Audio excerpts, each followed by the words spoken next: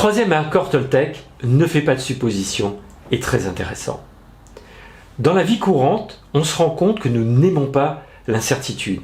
Nous n'aimons pas le défaut d'explication, le défaut de compréhension. Et notre cerveau n'admet pas ça non plus.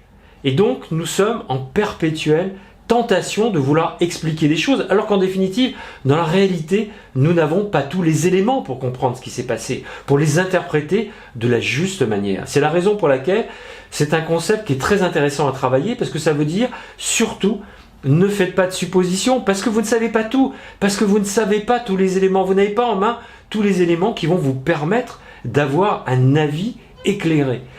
Exemple tiré de la vie courante très simple, vous allez tout de suite comprendre.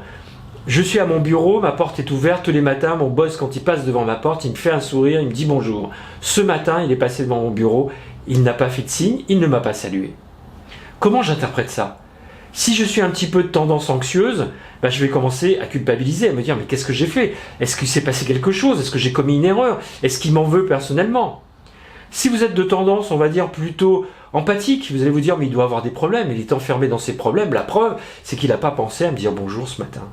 Peut-être que ces deux interprétations sont complètement erronées, n'ont strictement rien à voir, et le simple fait, éventuellement, si ça vous pose réellement beaucoup de problèmes, d'aller voir votre patron et tout simplement de lui poser la question, vous permettrait d'avoir l'envers du décor. Peut-être qu'il va vous dire, non, ce qui s'est passé, c'est que au même moment où je suis passé devant votre bureau, c'est vrai qu'un tel m'a interpellé, donc j'y suis allé, ça a attiré mon attention, et je suis passé devant votre bureau sans vous saluer, etc. Enfin, le type d'explication qui évite les interprétations un peu, on va dire, fumeuses, dont nous sommes coutumiers du fait, et qui ont tendance parfois à nous pourrir la vie. Donc c'est ça qui est important de comprendre, c'est cette humilité de se dire que face à certaines situations, nous n'avons pas toutes les informations, toutes les données, et qu'il faut éviter l'interprétation, parce que interpréter, c'est déformer en définitive, et la déformation, de déformation en déformation, ça peut aller très loin dans notre mal-être, dans notre déséquilibre, alors qu'en définitive,